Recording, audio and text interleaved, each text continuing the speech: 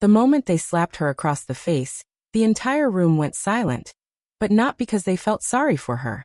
It was because everyone thought she deserved it. No one knew they had just made the biggest mistake of their lives. Lena stood there, her cheek burning, her eyes glossy but unbroken. Around her, the wealthy guests whispered, their judgment sharp and effortless. She looked like she didn't belong. Simple dress, no designer labels, no sparkling jewelry. Just a quiet girl who had been working as a server at one of the most elite charity galas in the city. Know your place, Vanessa sneered, adjusting her diamond bracelet.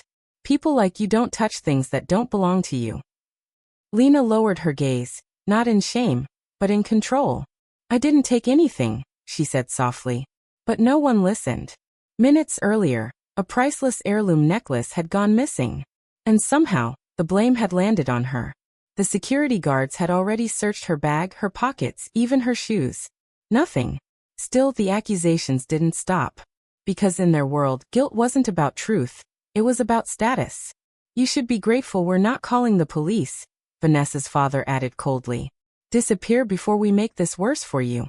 Lena slowly nodded, her fingers tightening into fists. She turned to leave, each step heavy but steady. Behind her, laughter resumed. The music picked back up. To them, she was already forgotten. But Lena paused at the exit. And then she smiled. Not a broken smile. Not a defeated one. A knowing one. The next morning everything changed. The headlines exploded across every major outlet. Hidden heiress returns. Corporate empire to reveal true successor. At the center of every screen was Lena. Not in her server uniform, but in a tailored suit, standing beside one of the most powerful business tycoons in the country, her grandfather. The same man who owned the very company hosting that charity gala. The same empire Vanessa's family had been desperately trying to partner with. I believe it's time, Lena said calmly during the press conference, her voice steady, to step into my role. The world watched in shock. But for the people who had humiliated her the night before, the real nightmare was just beginning. Within days, contracts were canceled. Investments vanished.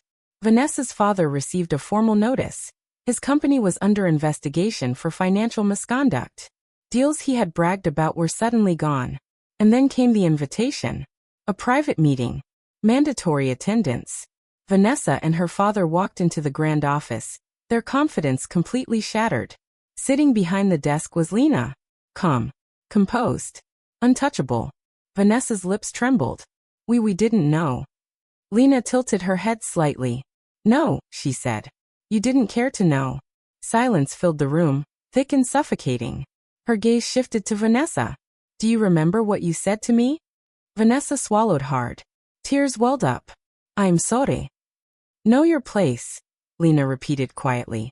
She stood up, walking slowly toward them. Every step echoed with authority they couldn't ignore anymore. You were right, Lena said. People should know their place. Vanessa's father quickly spoke, desperation creeping into his voice.